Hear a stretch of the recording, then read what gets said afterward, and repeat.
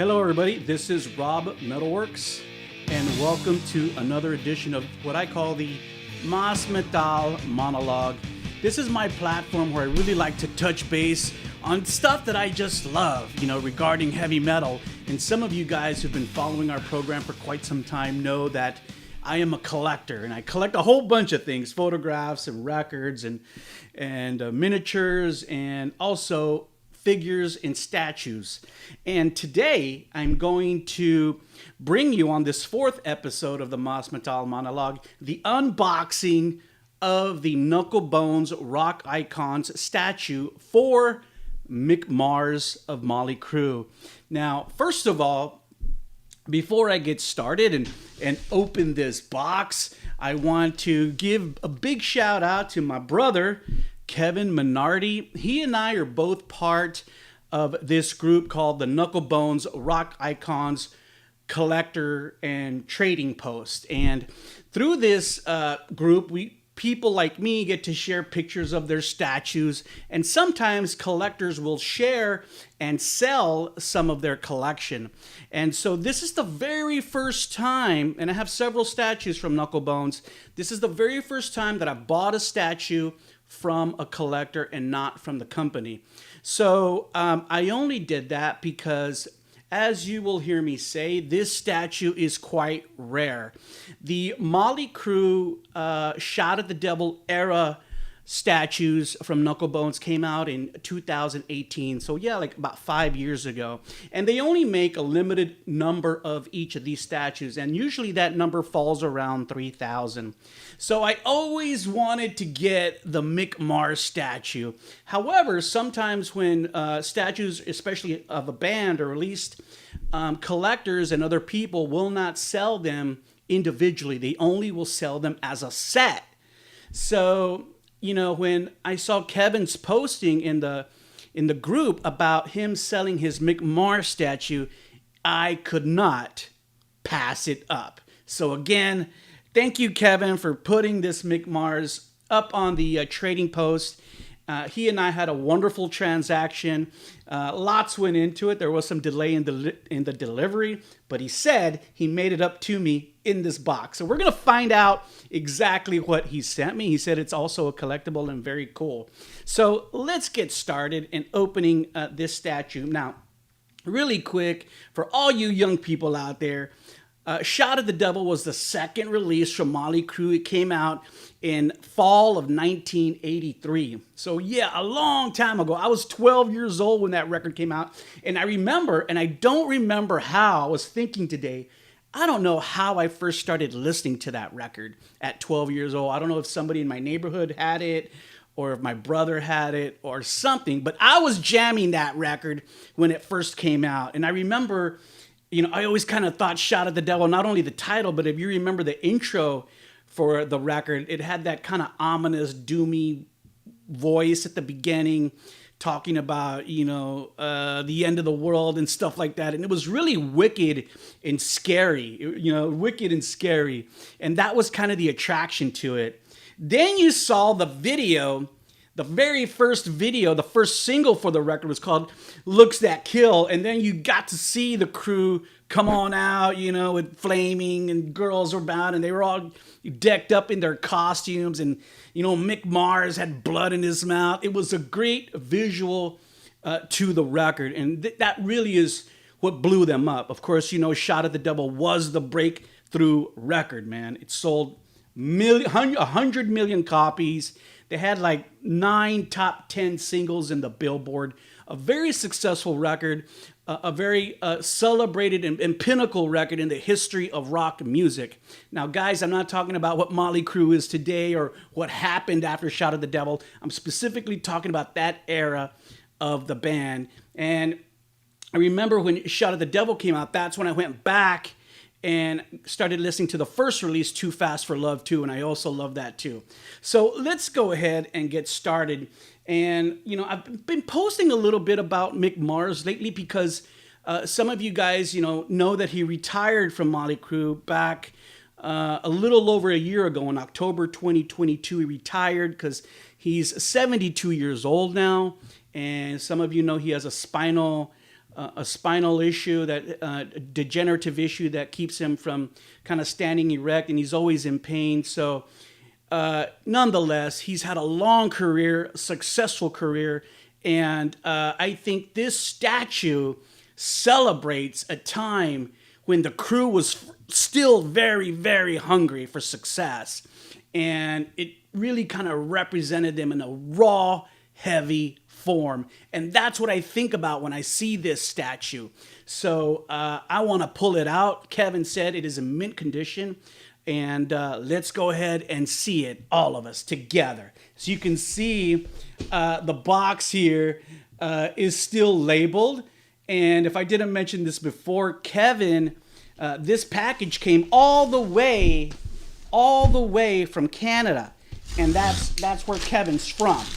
So it took a little while to get here, and thankfully it did. I remember the day that I went to pick it up at the post office, the lady couldn't find the box. And I was like freaking out because Kevin said it was there, and they had notified me it was there, and then the lady couldn't find the box. But thankfully, she found it, and here we go. All right. Oh, okay. Let me pull this out. Of course, one of the cool things that I've mentioned before in my other unboxings is that the box itself that the statue comes in is also very cool. Wow. And here we go. And the box looks in perfect condition. You can see the box. Yeah, that's a picture of how the statue looks.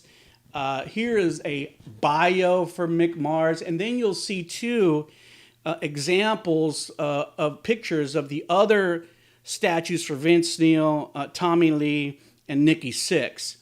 And man, I think Kevin ended up selling his whole collection. I think I saw in the group. I think he had some unexpected expenses, but you know, you got to do what you got to do. And I'm so glad to have this statue. Now let's see here. Okay.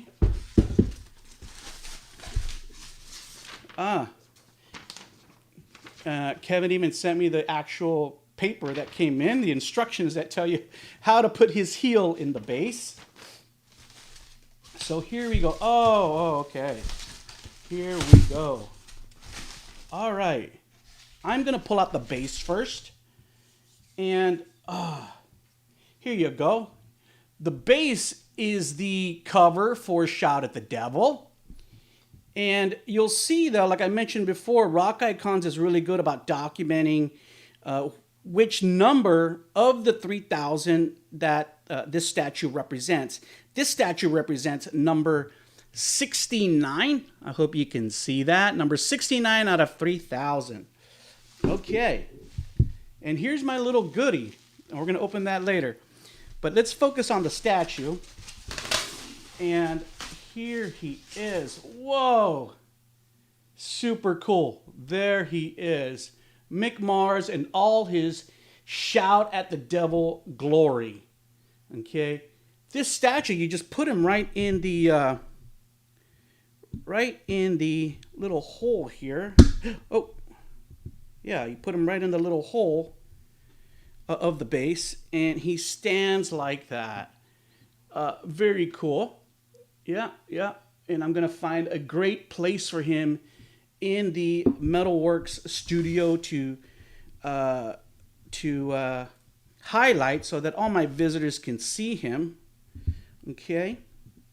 Now, what I thought was particularly cool about this Mick Mars statue is a couple of things. One, he's wearing all the Shout at the Devil garb, you know, their outfits at that time, which included these huge high heels, you know, which is cool. He has the pentagram headband there. I don't know if you can see that. He has the pentagram headband, and his face is kind of whitened because they used to put the makeup on.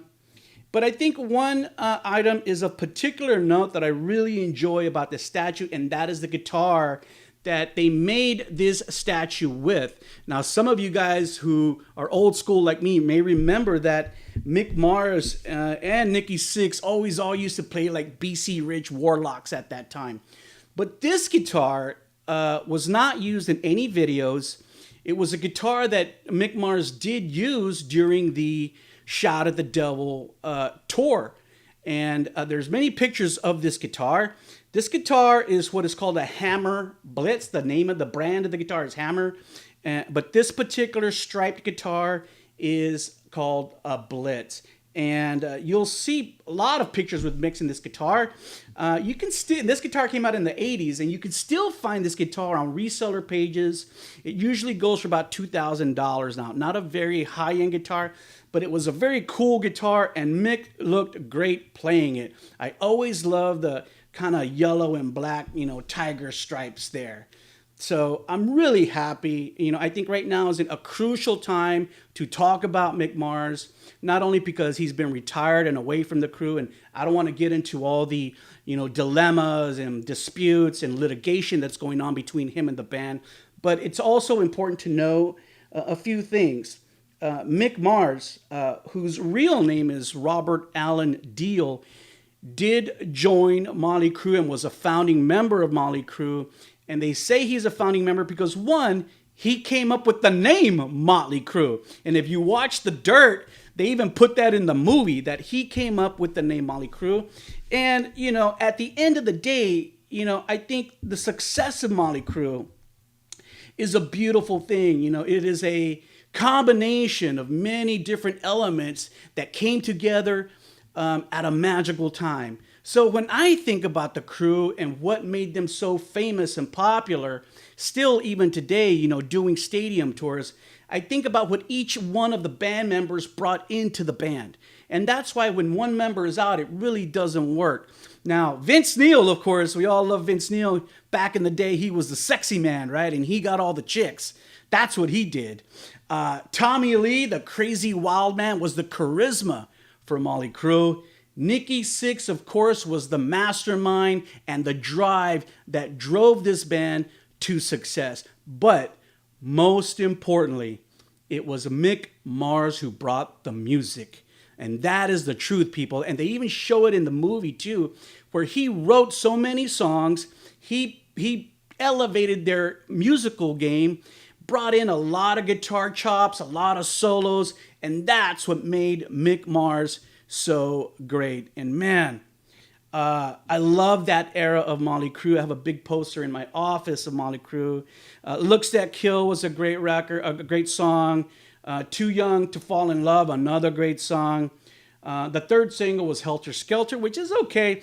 I thought the third single should have been Knock 'Em Down, Kid. That is a fabulous song, and I don't think that song gets enough props. But yeah, man, thank you so much for joining me. I'm going to put my little statue somewhere up so everybody can see him. I hope you enjoyed this episode of the Hospital Monologue. I'm going to bring you more stuff. I know we're all really busy and crazy at this time, but, I always like to share a lot of my own passions with people because I know all of us have our own little things that make us happy in our day-to-day lives. So thank you, everybody, for watching. I hope you will continue to support Rob's Metalworks as we go into the new year.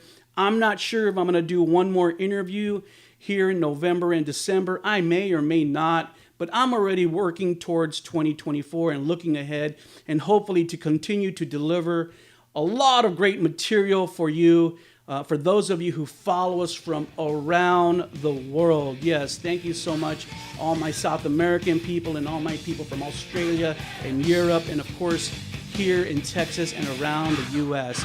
Thank you so much for your support. Remember, everybody, you're watching Rob's Metalworks here on the Hospital Monologue. Have a great day.